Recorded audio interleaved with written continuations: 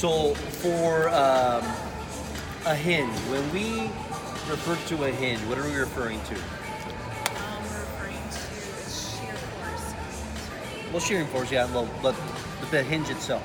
The ESLR. Hip dominant? Hip dominant, right? Hip dominant. So there's more emphasis on hips as opposed to the knees. So if somebody has knee issues, it's okay to introduce them to a hinge pattern as opposed to a squatting pattern. The squatting pattern has more tension on the knees because now you're creating more degrees on a knee, right?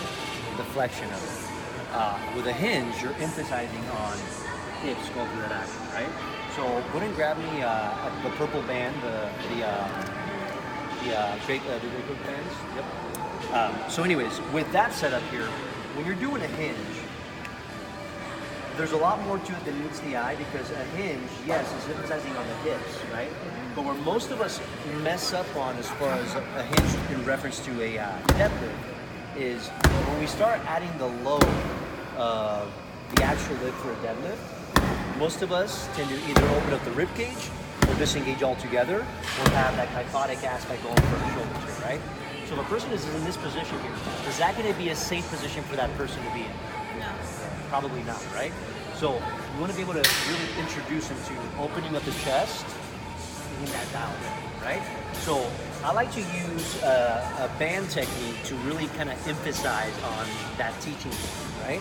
And the beauty of it is that you're really tapping into not only just the understanding of it, the feeling of it, and you're not emphasizing on the actual load just yet. So record this into your brain. When you're lifting weight, you have to earn the lift itself. Okay? So up until you understand the full ins and outs of a lift, I don't fully recommend you going to the lift itself until everything's nice and understood. Understand the why and how, right? Before you get into the what, which the what is going to be the end result, right? So let's hop on over here real quick.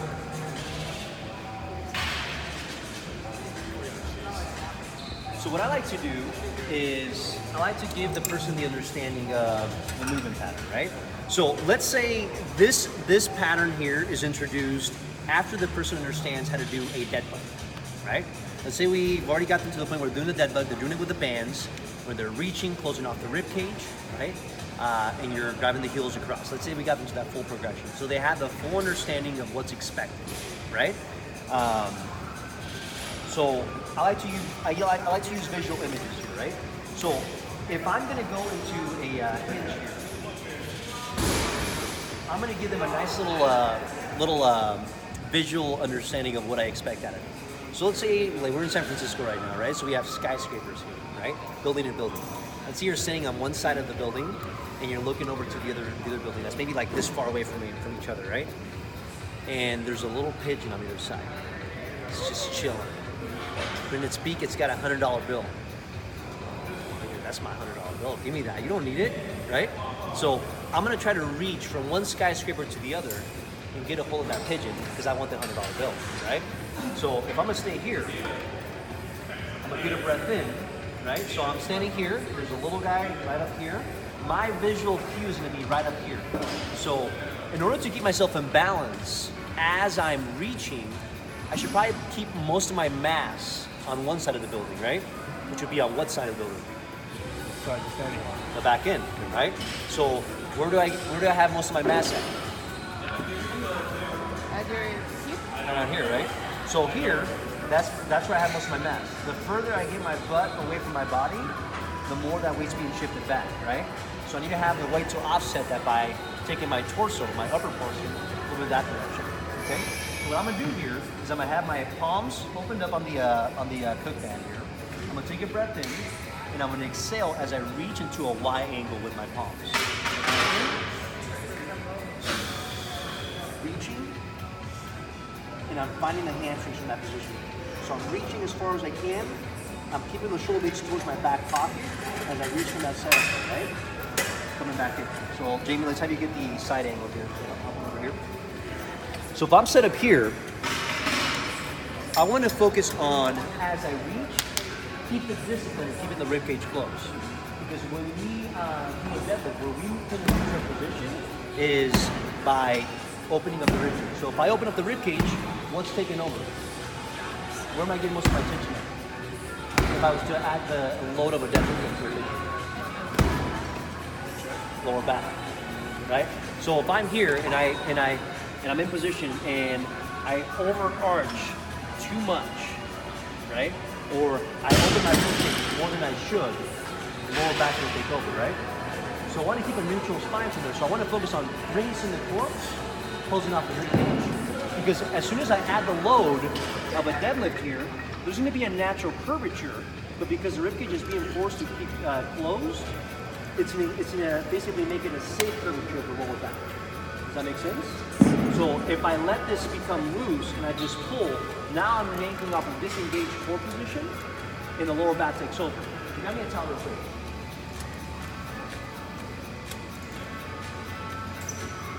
So if I take this setup here, right? Let's say this towel represents my transverse abdominals, right? And right now it's stretched out, right? If I brace it, because I've even practicing on the dead one, there's tension here, right? As I pull, as I start creating tension, that tension's still here. There's going to be a little bit of a slap, but there's still plenty of tension.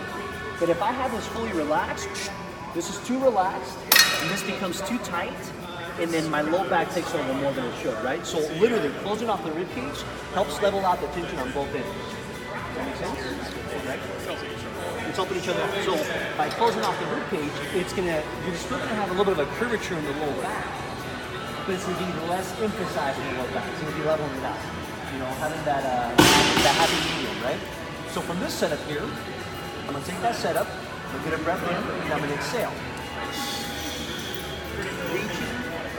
Reaching for the other side. I'm going to make it a point to not do this. I'm going to keep my chin towards my spine. So triple chin again, right? So where most of us tend to make a mistake is as we go into a deadlift position, we go here and we go into this position here. That's not good because your cervical spine is now curved. You want that to be a straight line across. Same thing as the FMS. The FMS, 3 points of contact, the top of your head, mid-thoracic, low glutes, right? So the same rule applies. So you keep the chin towards the spine, hinging from that position there, right? So this and this are the same thing. Does that make sense? The only difference between using the cook bands is that now you're adding a non-intrusive tension that is not adding the shearing force just yet. You're introducing them to the understanding of how that deadlift should be before you introduce them to the actual load itself. Fair? Okay? So, good little key point. Let's have you come over here, Sarah. So if I got Sarah here, she's my client. Put your hands here on the handles. Let's say I've already introduced her to the movement. She gets what I want. She knows what I expect. I want you to have both of your toes facing forward here, Sarah. And from here, I want you to keep the core nice and braced. And what you're going to do here is you're going to take a breath in. You're going to exhale as you reach. Keep your chin towards your spine as you go through the motions there. Think about the weight being shifted from here back. Okay? So your toes are still in contact with the ground, but I want most of them to be shifted towards the heel, right? So ball the foot to the back. Does that make sense? Fair. Awesome. So what I'm gonna have you do here is I want you to take a big breath in. And I want you to exhale as you drive your hips back as you reach in opposite direction. So reach as far as you can. And then keep the weight shifted towards your back ankle. There you go, perfect. Now do a little bit of a wider angle position with the hands here. Good. Keep that nice and braced, right? You feel the hamstrings there? All right, so awesome. So check this out. I want you to basically drive the hips back more. Keep that set up. Don't keep the ribcage closed up. Good. Hold that position. Tuck your chin in a little bit and then pull your head back towards the spine. There you go. Keep that position. Feel them babies firing up. Good. All right. Come back up. Bring the hands back to your side here. Okay. Don't hold your breath in the bottom position. You're still breathing. Okay. So take a breath in here. Keep them close and exhale as you reach. And reach. Bring the hips back. Soften the knees a little bit more here. There you go. So if I pull on her hands here, she has to do something to keep that from happening. She needs to push her booty back, right? That's what's going to keep that balance. So by pulling on her hands, I'm forcing this back end to work a little bit more. Did you notice that? Good. Come back up. Okay. So breath in. Breathe in. Get the feet a little closer for me. okay? And what we're gonna do is focus on the discipline of this pattern here. So when you're in that end point of the movement here, I'm gonna have you hold it for 5 seconds while you're still breathing. Does that make sense? Awesome. Have you hop in, take a breath in, and exhale as you reach. Reach. Drive the hips back, keep the rib cage close as much as you can, but keep the hips back just a little bit. There you go, perfect, good. Keep that position. And 5, 3, push up a little bit, 2, 1, good. Give me one more rep. Good. So right now, she's a little bit more quad dominant than I want, so just pop the hips up just a smidge. You should feel the hamstrings really fire up there. You feel that? A little bit more, right? Now bring the upper body just a little bit. Right there, perfect. Right there. So right there, she's got a good hinge setup. You can tell that the tension is going more towards the hamstrings here, right? Come back up. Good. So talk to me about that experience there, Sarah. What did you notice? I noticed my quad, or as soon as I was leaning back, my hamstrings were engaging a lot more. Okay. Keeping the chin towards you really helped me keep my spine aligned. Because I think in previous times I've like been looking up, but that was totally wrong. Yeah. It also helped me keep my shoulders in a neutral position. Like I feel like a lot of the times when I deadlift, I kind of like here, and I felt like I was really aligned. Exactly. So I felt my spine aligned, my everything was like Perfect. So that's a way to kind of get that aligned. So I can basically do this here, have them understand exactly what I want, and then I can merge over into an actual deadlift where she understands what I expect as far as finding the hamstrings. So I like to use the verbiage of find the hamstrings, okay? If she finds the hamstrings, she knows where they're at now, that's a good lifting position. If she feels mostly quad, that's a squatting time, right? So I want to feel more of the back end from that setup here, right? So let's go over to the bar setup here.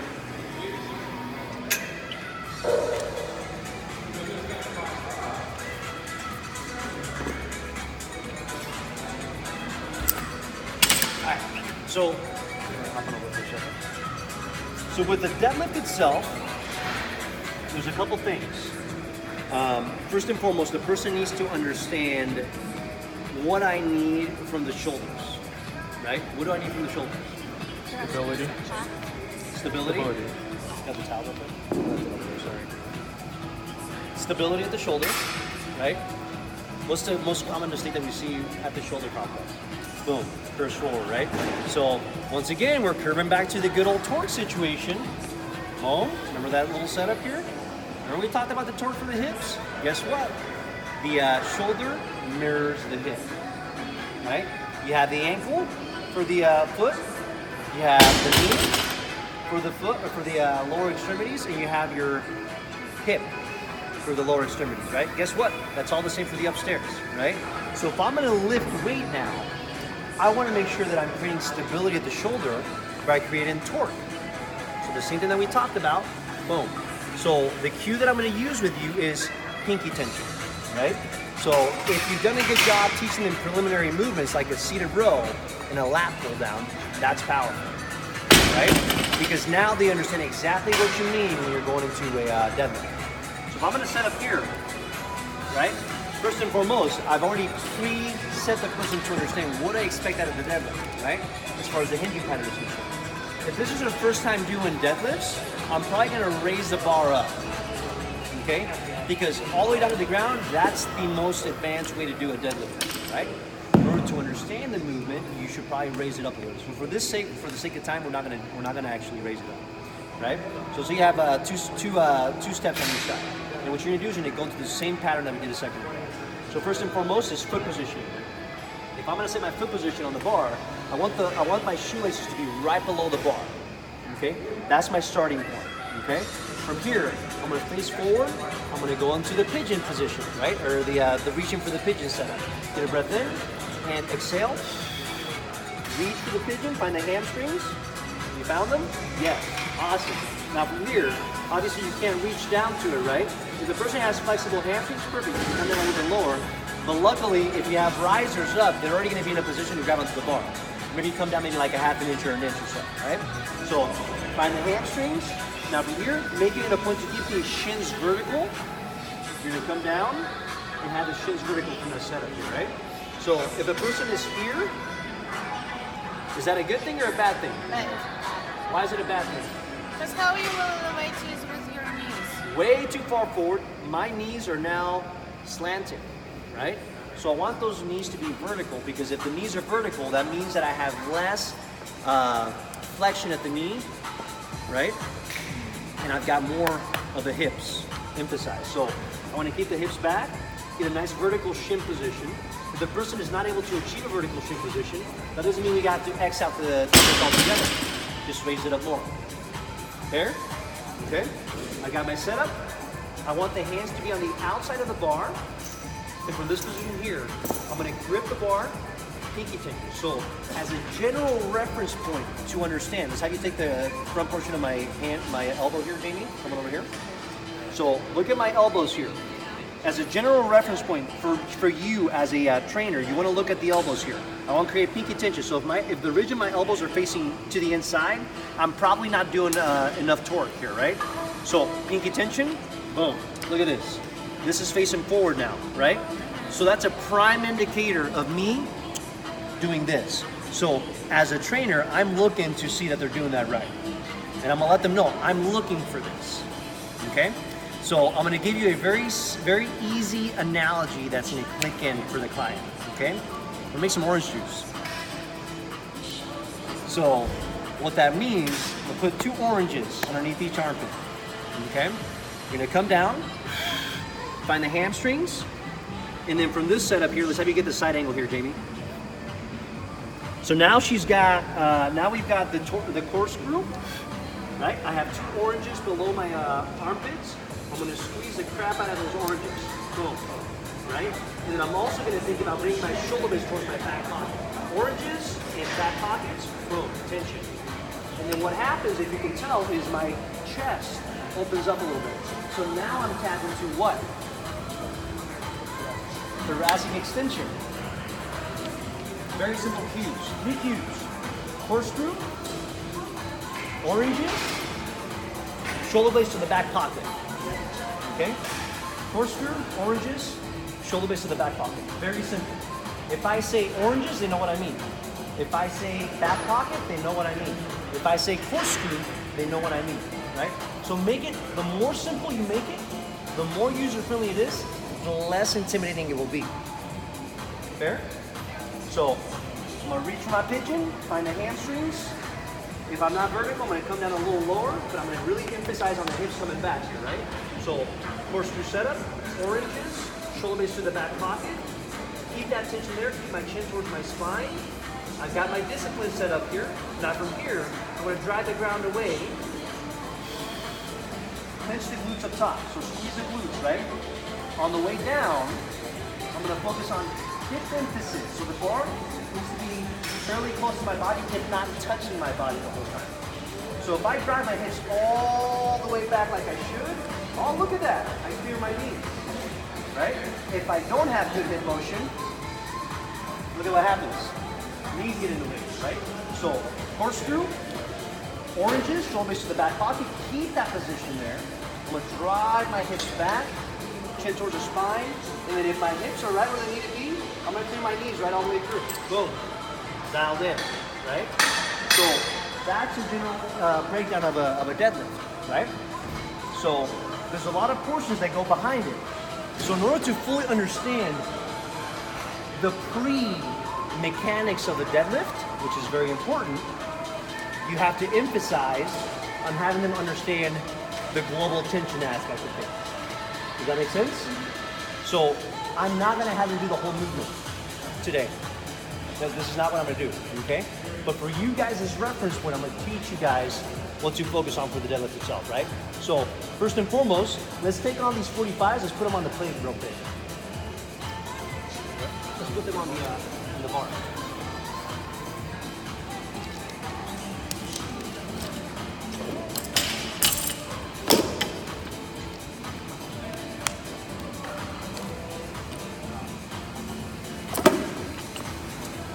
So my first deadlift session with my clients, the way I approach it, doesn't mean you have to approach it like this, but I have found this to be a very successful approach. So that way, once I progress further past this point, they know exactly what I mean. Okay? So what I'm going to focus on here, if you have good enough mobility for a deadlift, okay, so I'll show you that here in a second. So what you're going to do, so let's imagine this person is already raised up. Because Sarah has enough mobility, I'm going to have her do this exercise without the actual riser, right? So with the client that's just now starting out, I'm going to have this up higher, not because they lack the mobility, but because I want them to get the motion down right or the discipline down right before I progress further, okay? If I notice that everything checks out well, sweet, I'm going to lower it down. That's a progression. The rise of the bar itself is a progression in its own. Does that make sense? Regression. So so the rise because it's high, right? Yeah. That's going to be a regression. Sorry. So if I'm going to progress the person, I'm going to bring it down lower, right? So that's a progression when I lower the risers. Okay. So what I'm going to focus on here is the discipline, which the discipline is much more challenging than you think. Okay. So I'm going to get a couple things going here. Okay. Bar over the shoelaces, basically reiterating everything that I just went into. Bar over the shoelaces. I'm facing straight forward. At all times, I'm going to keep my chin towards my spine. Okay? So another little subtle cue here. You guys ever seen those little duckies, once again? That peck, the plastic ones, right? So little duckies that peck back and forth, that's what you are right now. You're not gonna do this. This is not a deadlift. Do you walk around like this? No. So why is this okay? Right? It's not okay. So chin towards the spine, bar over the shoelaces, reach for the pigeon. Beautiful, right? If I'm set up where I need to be, beautiful. So I'm gonna come down into a nice vertical shin setup. I'm gonna make sure that's all dialed in. All right, so I want oranges, corkscrew setup, and I want you to bring those shoulders to the back pocket. Boom, dialed in, right? So that setup there is right where I want it to be. I want to have most of the weight towards mid-foot to the back end of my heels. And I want to keep that tension there. So at that point in time, I'm going to squeeze those oranges as much as I can. I'm going to bring those shoulders to the back pocket. I'm going to keep my shins vertical, and I'm going to keep on breathing. I'm going to start creating tension upwards, but I'm not going to lift the weight, just enough to create that nice engagement factor. And I'm still breathing. Keep that tension, keep that tension, keep that tension. And then once you're done, just pinch, come back up. Quads and glutes. So I'm focusing on global tension prior to the weight. That's the purpose of this exercise, right? I'm not lifting the weight, but what am I tapping into? Keeping the spine stable, having the feeling and understanding of what it should feel like to do a deadlift. This is the pre-deadlift phase. This is almost more important than the lift itself. Because if you don't execute this and you lift off of a non-global tension position, what happens? Boom. Right off the bat. You lose your position, you get hurt that way. Okay? So I'm gonna emphasize on that. So my girl Sarah's gonna come over here. And this is how I'm gonna coach my client here, right? I'm gonna go into basically the same cues that I went into a second ago. So with this setup here, Sarah, I want you to take a breath in. So you got the pigeon in front of you here, right? Okay, breath in, and I want you to reach. You're taking your spine here. Good. Here we go. Now, the bar is right over your shoelaces, right? So let's have you come a little bit more forward here. Stand up for a second. Stand up for a second. Just come a little bit more forward. Just a little bit. Just a little bit like that. So here's the thing. When she's about to do the deadlift, she should have maybe like a half an inch to maybe an inch. So half an inch is perfect because when she goes into the hinge itself, that bar's gonna be up against her chin, right? Just enough. So from here, she's gonna reach for that pigeon with the $100 bill. So find the hamstrings, got it? Keep your chin towards your spine. Now find the bar. So right now she's a little bit above the bar, that's fine. So just slow it down just a smidge and focus on the weight being shifted towards your heels. Right where you need to be, that's good. Okay, now grip the bar nice and snug. Okay, now from here, Sarah, I want you to grip the bar and I want you to squeeze the oranges and I want you to pull these shoulder blades towards the back pocket. Boom, you see that right there? Pull the shoulder blades to the back pocket. Even more, even more, even more, even more, even more, even more, even more. There it is. That's what I want. You see that there, guys? Even more. So keep the tension. Now don't hold your breath here, okay? Keep the tension and start adding a little bit of tension upwards. Don't let the weight just add tension upwards. Keep that tension. Now split the ground with your feet. Split the ground with your feet here, okay? Keep that tension. 3, 5, 4, 3, 2, 1. Good. Come back up and then clench the quads and glute to the top. Clench them. Good. So 2 things that I'm doing with clenching the quads and the glute to the top. One, I'm teaching her the discipline of the finishing portion of the deadlift. Where people mess up is they come up and they stop here with the hips halfway hinged back. That's not good because your spine is not stacked, right? So you want to have the spine stacked at the top. Two, she's creating tension at the legs, the lower extremities. You have veins in your legs, and veins are not made for good blood flow, are they? Especially the lower extremities. So they have valves and they open up like this. If she stands up and she's just relaxed, there's no muscular tension at those veins, so there's no blood flow coming upstairs. Okay? Yeah, skeletal muscle pump. So when she squeezes her thighs, whatever sense of potential like head rush that she may have is being taken out of the picture because she's creating tension, she's bringing that blood back upstairs. Does that make sense? So I'm teaching her two portions. If somebody gets lightheaded, squeeze your thighs, boom, blood comes back upstairs. Okay? Got that? So let's go into this again. So there was a cue that I did not talk about a second ago. That cue is splitting the ground, right? So let's test this out real quick. Everybody come back into your hinge, find the hamstrings, everybody. Okay? And then once you're there, just set yourself into a deadlift position, okay? Now I want you to think about gripping your feet on the ground and then split the ground with your feet. Just split the ground with your feet. Don't worry about that. What do you feel coming to the picture? If you split the ground as much as you can there. Split the ground with your feet. You should feel your glutes, right? So by splitting the ground, you're adding the 3D factor of adding the glutes into the picture of the thing. Actually doing a corkscrew setup. Exactly. So it's not even a corkscrew setup. You're just adding, abduction. You're adding that outer tension because what's another thing that's going to happen with the knees? If the person has knocked knees and they try to cave in, that's not good, right? So you're adding that additional factor of what walkouts do. Walkouts basically help you do that counteractive glute. So you're just adding that nice verbal cue that allows them to execute the right tension. So here's the thing. You should not expect your client to fully understand, engage your glute. What the heck does engage your glute mean? Help them engage their glute. I need you to pull the ground apart, right? And that, it's not even about painting, it's about executing, right? If I'm painting an image, that's great, but how do I paint the image? How about you give them the actual tool, the pen, or the brush, and say, this is how you do it, right? So one last set here. You're gonna get yourself in position here. And you're gonna get a breath in. Exhale as you release. So make sure, first of all, make sure that your shoelaces are right underneath the bar there. Just a ½ inch distance here, okay? All right, so stand straight up here, okay? I want you to exhale as you reach for that pigeon and find the hamstrings. Find the hamstrings. Good. Hips, hips, hips, hips, hips. There it is, good. Now reach for the bar here. So she's right out with the fingertips. So just bring down the hips and keep the shins vertical. So by keeping the shins vertical, she's doing what? She's shifting the weight towards here and back. Okay? So bring the hips down just a smidge more. Now give me that corkscrew setup with the elbows. Good. Now there's some oranges here. Squeeze them. Squeeze them. Now bring the shoulders to the back pocket as much as you can. All the way. Yeah, there you go. So now we've got good extension and the nice natural curvature of the lower back, which is what we need, right? So from here, once you start creating tension, keep the weight towards the back end of the heels there. Chin towards your spine. Back pocket, back pocket, back pocket. There you go. Oranges. Keep that tension. 5, 4, split the ground. 3, 2, 1. Good. Coming up. Place the quads and the glutes up top. Squeeze. Good. Nice. Talk to me, Sarah. What did you notice off of that little exercise there? Yeah. Okay. But I felt so much tension in my back. Literally everything was engaging. But it was also the sequence that was engaging.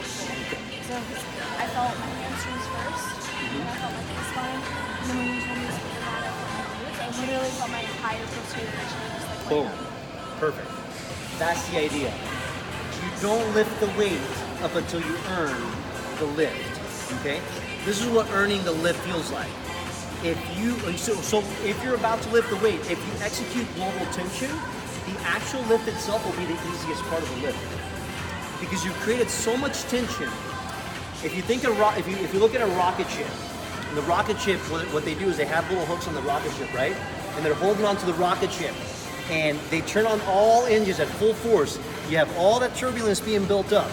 Not up until all the turbulence is built up do they release the hooks. And when they release the hooks, you have all that tension built up, and that rocket ship literally looks like it's floating off the ground. It looks like it's in slow motion. That's literally what a deadlift is. Okay? So global tension emphasis, proper patterning, proper engagement, proper cues. So what are the cues that we talked about here, guys? That's great imagery, guys. Thank you. What is Oranges, split the ground, back pockets? shoulders in your back pockets, feel your hamstrings. Pigeon, right? So now we've taken all these kooky ass analogies and they make sense. But they're so simple, they're easily understood. Sometimes simple is better, okay? I didn't go into anything scientific today. Well, actually, technically I did, but very layman's term, scientific, right? Question. So about the reverse grip, I know some people like to hold it this way versus, versus just holding it actually like this. Would you recommend that on somebody that doesn't have grip strength? So that's a great question. So this off stance grip position, it's great to lift heavier weight. You're going to lift a lot more weight this way, okay?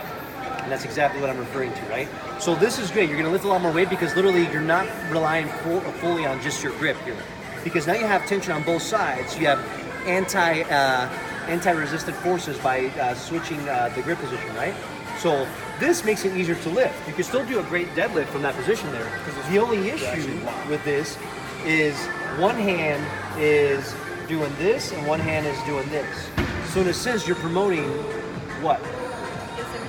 Asymmetry, right? But if you're gonna do that, you can switch hand positions and approach it that way, right? For the beginning, just for that way I'm doing a good symmetrical position on the deadlift itself, I'm gonna keep the hands neutral on both ends, right? If I start going to heavier weight, I'll do an offset hand position, and then from there, I can just basically switch back and forth, right? But usually we're gonna refer more to our dominant hand to be palm up, as opposed to the other way around, right? If I do this way, I hate doing deadlifts this way. I love doing deadlifts this way, but not this other way. So that's why I personally like to deadlift more like this, because I like to keep everything symmetrical as much as I can. Fair? Good stuff. At the top point,